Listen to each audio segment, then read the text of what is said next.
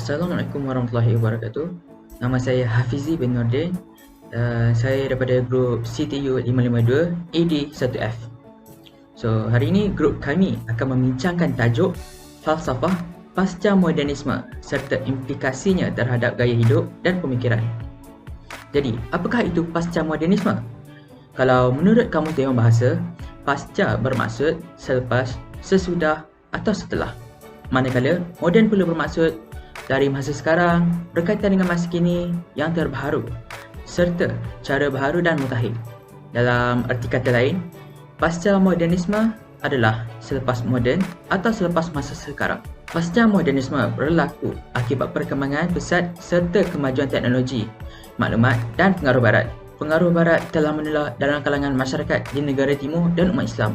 Meskipun pada ketika itu, pengaruh barat telah disebarkan melalui perantaraan yang tidak efisien, namun ia telah mempengaruhi sedikit demi sedikit fahaman umat Islam. Sebelum kita mengupas lebih lanjut mengenai pasca modernisme, saya akan menerangkan mengenai modernisme terlebih dahulu kerana modernisme adalah punca berlakunya pasca modernisme. Menurut Kamus Dwi Bahasa Oxford Fajar, perkataan modernisme didefinisikan sebagai idea, kaedah atau gaya moden.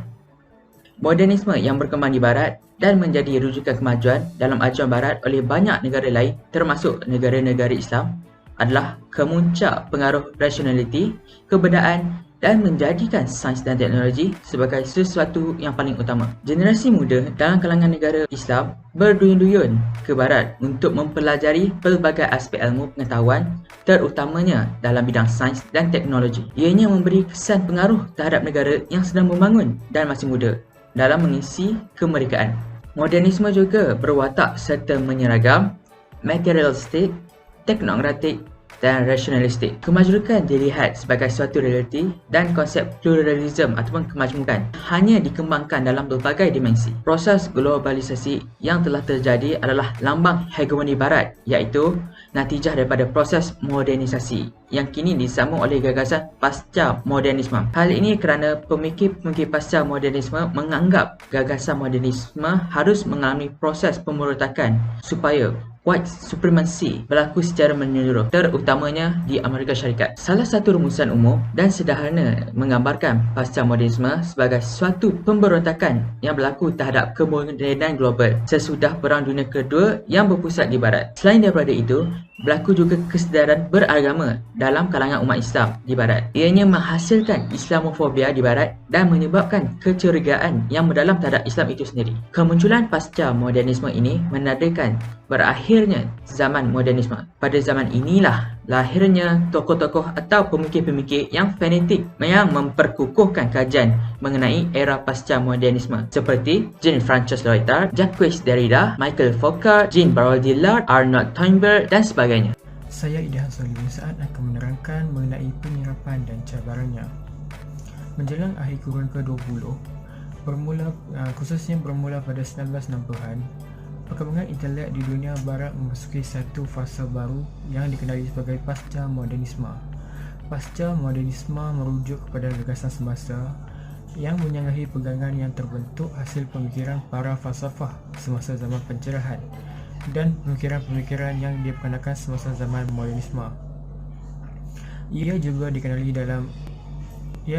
sebagai sebuah gagasan pemikiran yang merujuk kepada ajakan baru kepada pemikiran humanisme dalam melihat hubungan antara budaya dan masyarakat secara lebih luas. Jelasnya, gagasan pasca modernisme adalah merupakan gagasan antitesis yang boleh dianggap sebagai menyanggahi sistem atau struktur ilmu, budaya dan moral yang dibentuk semasa era modernisme. Lazimnya, gagasan modernisme ini dilihat berdasarkan tiga pendekatan utama. Yang pertama ialah skeptisisme, iaitu satu gagasan yang mengkritik kecenderungan ilmu untuk mencari kebenaran atau yang membawa kepada kepercayaan. Pendekatan skeptisisme ini lazimnya menekankan teori keraguan terhadap kebenaran sains, falsafah dan termasuklah agama. Yang kedua ialah dekonstruksionisme. Dekonstruksionisme pula adalah satu gagasan yang merombak sistem dan struktur ilmu, budaya dan moral yang sebelumnya diterima dalam sesebuah masyarakat ilmu atau masyarakat umum. Dekonstruksionisme ini menafikan kemungkinan adanya sesuatu kebenaran mutlak, termasuklah sesuatu ilmu yang bersumberkan pertimbangan metafizik. Yang terakhir ialah pasca strukturalisme. Pasca strukturalisme adalah satu gagasan yang menekankan ketidakstabilan pengetahuan manusia, iaitu menyanggah struktur ilmu termasuk budaya dan moral yang boleh dikenali daripada dua nilai bertentangan seperti benar dan salah. Dengan arti kata lain, sesuatu kebenaran dan kebatilan itu adalah relatif. Gagasan pasca strukturalisme juga dilihat sebagai gagasan yang anti-humanisme yang disebabkan penolakan terhadap pengaruh budaya. Ketiga pendekatan inilah yang secara tidak langsung telah menjarah pemikiran, budaya dan nilai dalam sesebuah masyarakat. Terdapat pelbagai cabaran dari gagasan pasca modernisme. Antaranya ialah mereka yang terlibat dalam pasca moden dengan sengaja mencampur adukkan dan menggelurkan di antara akta sejarah dan fantasi.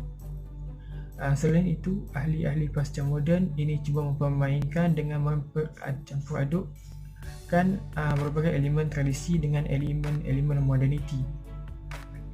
Di samping itu, runtuhnya fakta sejarah yang merangkumi masa dahulu, sekarang dan hadapan.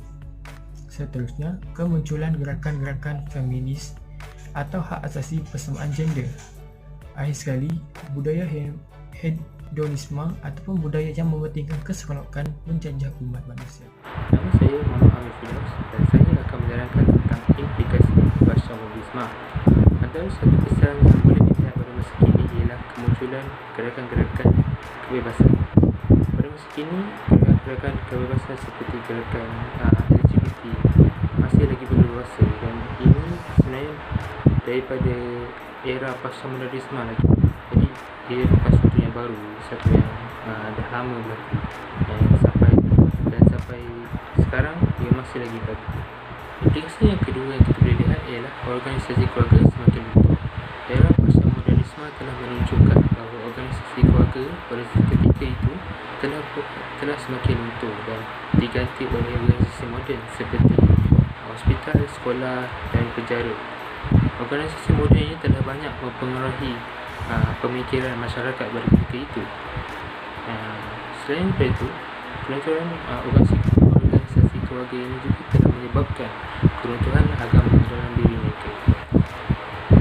Kesan yang ketiga, pasca modernisme telah menimbulkan suatu anggapan dalam diri masyarakat di mana mereka tidak boleh terlalu pasti dalam suatu perkara. Ini bermakna masyarakat percaya pasca modernisme menolak segala kebenaran dan tak menerima apa-apa sebagai absolut. Maksudnya masih ada lagi kesilapan dalam suatu perkara tersebut. Ini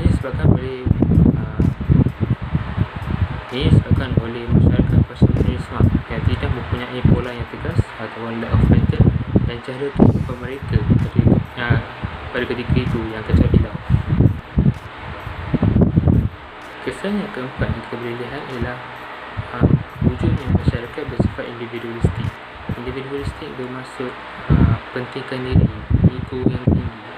Masyarakat ini mempunyai ego yang tinggi dan sering meninggikan darjat diri mereka sendiri tanpa menghiraukan orang lain. Ini boleh membawa mudarat bukan sahaja kepada individu tersebut, juga pada orang lain, orang sekeliling. Dan implikasi yang terakhir hasil daripada pasca modernisme ialah hubungan seks sebelum menikah diperjuangkan. Sifat kebebasan yang diterapkan dalam masyarakat pasca modernisme menyebabkan mereka menerima sesuatu yang buruk dalam diri mereka untuk kepentingan mereka sendiri. Perkara ini banyak diperjuangkan oleh masyarakat barat kerana pada pendapat mereka hal ini telah menjadi lumrah dalam negara-negara maju. Justru ia perlu menjadi contoh untuk jika mahu negara mereka maju. Seterusnya saya akan menerangkan tentang cara menangani pasca modernisme. Antara cara menangani pasca modernisme ialah yang pertama, memperkasihkan budaya sendiri. Masyarakat perlu membaiki dan memperkasihkan budaya sendiri supaya tidak mudah terpengaruh dengan budaya luar atau budaya asing yang dibawa oleh orang lain.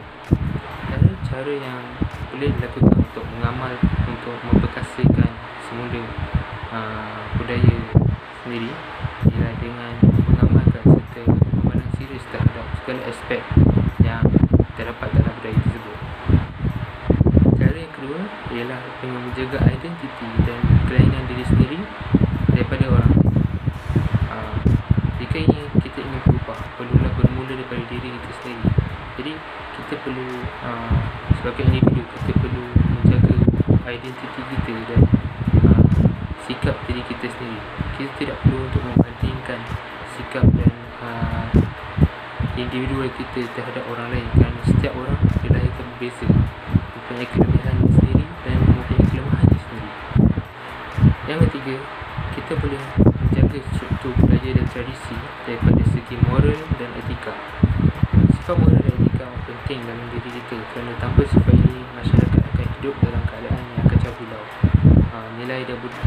Nilai diri dan budaya perlulah diteguhkan, dan kita perlu belajar pada sejarah supaya kita tidak mengulangi perkara-perkara yang dahulu.